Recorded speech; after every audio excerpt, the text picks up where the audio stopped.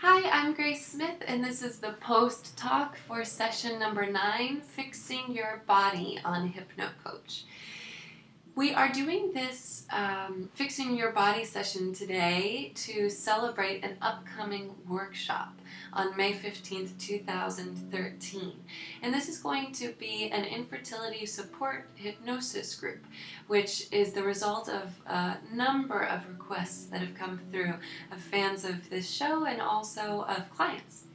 And I figured today we would celebrate this upcoming wonderful workshop by doing something called Fixing Your Body. So if there's a part of your body that is not working optimally using hypnosis, you can just fix it. Every single day by using this focused, highly focused visualization, highly focused intentional work, you can go ahead and speak to that particular body part and understand why it's doing what it's doing. Your body and your subconscious will never do anything to intentionally hurt you. And when you're in hypnosis, there's this wonderful ability to speak to different parts of your body as if you're a third-party objective observer. So if, for example, let's say my wrist were bothering me. It's not, thank goodness, but let's say that it were. When I'm deep in hypnosis, I can actually say, wrist, why are you getting my attention? I notice this pain. I notice you're getting my attention. Why? And through either a thought process, through a feeling, perhaps you'll hear a voice explaining it to you, or perhaps you'll get a flash image of something that's representing the answer. The wrist will respond and let you know why it's getting in touch. Let's say, for example, the wrist was saying, you are playing piano way too much every single day. I'm getting your attention with this pain because I want you to be able to play piano for the rest of your life. And you need to cut it back, and you need to change your technique. Let's say, for example, that's what it is. Now, your answer might just be the picture of a piano, or it might just be the word piano, or it could be long and lengthy. Everybody's subconscious speaks to them differently. I'll give you an example with a number of my clients who were having difficulty conceiving children naturally. And two of my clients who, after a number of hypnotherapy and hypno-coaching sessions, were then able to do so. With the first client, there was actually a fear of not being healthy enough. That the woman had constantly said to herself, when I am in full optimal health, when my body is the healthiest I've ever been, that's when I'll begin trying for a baby. And she had made progress in terms of becoming healthier, but she knew on a conscious and a subconscious level that she could be healthier, just in terms of what she was eating, her stress level, exercising, every area of her life, which comes into play under the health bracket. And because she knew she wasn't of the optimal, utmost health, her subconscious mind responded by saying, you said you wanted to be able to become pregnant when you were absolutely 100% healthy. And you're not, so I was just holding out. And then after a number of individual sessions, she was able to tell the subconscious mind, okay, maybe I said that before, I'm ready now. We worked on making sure that hormone levels were correct and that there was no stress in the body. And before you know it, now she's into her second term. So these kind of things can happen all the time. Let's say, for example, you're dealing with eyesight issues and you want to be able to increase your eyesight. You can ask your eyesight, why is it that you're diminishing so rapidly? Why are you trying to get my attention? Speaking to different parts of the body and figuring out what message they're sending you. Now, there was a time before where there was Tylenol and Motrin and whatever else, or drugs from pharmaceutical companies, where we said, I'm having this issue, and you put out your hand and somebody gave you a pill. Those pills, we know, never fix the underlying issue. They simply cover up the symptoms, or they create a response somewhere else in the body to try to overcompensate for a lack of hormone production or chemical production. Or they just artificially create it in the body. But this doesn't mean that the part of the body which was not creating this on its own is now able to do so. It's simply coming in from an artificial place. So it's not to say that all medicine is bad. That's certainly not the case. And I'm not a physician. So make sure that you are checking with your doctor before you do anything else. I'm simply speaking from experience as a hypno coach who has seen well over 1,000 clients in the last year in New York City. And that is oftentimes when we feel pain or something is happening in our body that we don't want to happen, we immediately reach for a pill. And that covers up the symptoms. But there was a time in our history as developing humans that there were no quick fixes. There were no painkillers or drugs. So we had to intuitively determine what our body was trying to communicate to us. What message are you sending us? Whatever is happening in my body is happening because it's trying to get my attention. Louise Hay describes this beautifully in her book, You Can Heal Your Life, and in many of her other books and other works and her tapes and DVDs, that every single physical manifestation in your body is the result of an emotional, mental, and spiritual thing that's going on.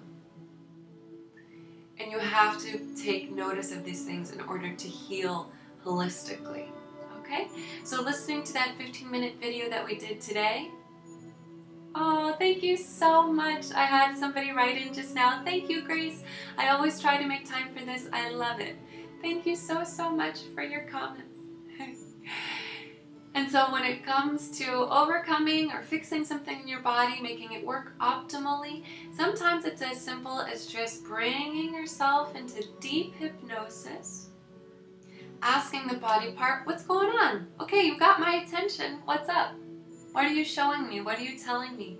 And if I promise to take note of this, if I promise to realize that whatever your message, the message you're sending me is important, and it's one coming from a desire for survival, if I take this seriously and find an alternative way to accomplish whatever it is that you'd like for me to do, will you go back to functioning optimally? Okay? I'll give you a couple other quick examples, and then if you have any questions, you can let me know. Let's say, for example, your eyesight is diminishing rapidly, and you start talking to your eyes, and you say, what's up? You got my attention. I'd really like for you to work optimally. What can I do to support you? And the eyes say, you spend 10 hours a day, every single day, staring at a backlit box, otherwise known as a computer.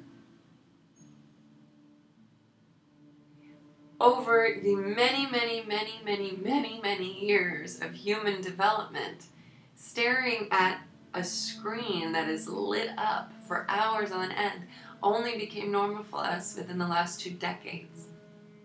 So if your eyes are asking you to take a break, and that they'll go back to working optimally when you take some time away from the computer, honor that. Because you want to be able to see and read and enjoy life for as long as possible. Hopefully avoiding surgery or any kind of medication for a while anyway. So whatever your body is trying to tell you, take it seriously. And if you say, well, I work 9 to 5 in an office, there's really nothing I can do, there are certainly things you can do. You can make sure when you go take your lunch break, you don't bring your iPhone with you. That's another screen with tiny little writing and backlit lights.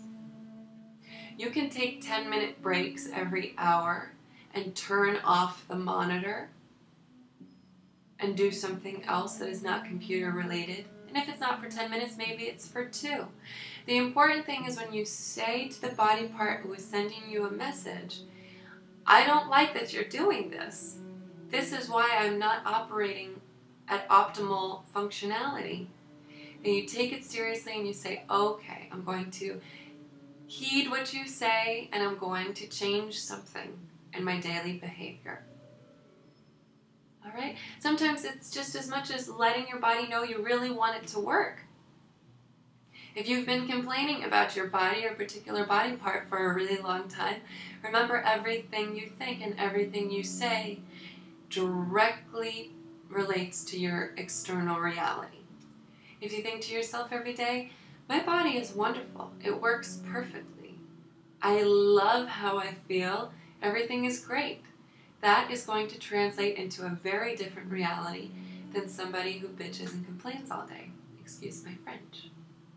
So make sure that you're thinking about your state of mind, that you're taking your body's messaging seriously, and just know that you are in control of your body.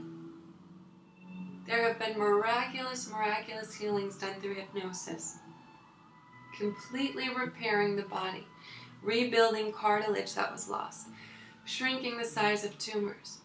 The first time I ever met the man who is now going to be my father-in-law, the first time I ever met him, he had just suffered a stroke, and he was at Rusk Institute here in New York City, at one of the best hospitals in the city. He had just suffered a stroke. He was one of the UN peacekeeping officers in Syria, and he suffered a stroke while he was there. When he came home, he had not moved his left arm since the stroke had happened, and I had never met him yet. I went to the hospital, we did a hypnosis session, and he moved his left arm for the first time since the stroke. In our first hypnosis session together. The first time I ever met the man who will be my father-in-law. It was so beautiful and amazing, and that's when it clicked, and I said, this is definitely incredibly powerful, and I need to bring this out into the world. More people need to know about it, and to stop believing that hypnosis is whatever the movies have chalked it up to be. It is a deeply beautiful meditative experience, and you can radically heal your life, your mind, and your body. I hope that you enjoyed today's session. I look forward to hearing your feedback, and I will see you tomorrow. Tomorrow's topic is going to be on office zen, creating different things you can do at the office in order to feel wonderful, to melt away any responses that have built up over time that might cause you to feel anxious whenever you get to the office. And then after that, on Wednesday, we're going to have a weight loss session, and that will be improving desire to exercise and eating right. And these are all in support of the upcoming wonderful workshops we're going to have this coming May, which you can watch online or in person. And for more information, you can go ahead and log into www.awakennyc.com. And then once you get to our website, www.awakennyc.com, you'll see a tab for workshops. Just go there, sign up. Don't wait. They're definitely going to sell out. And thank you so much for tuning in. I look forward to seeing you tomorrow.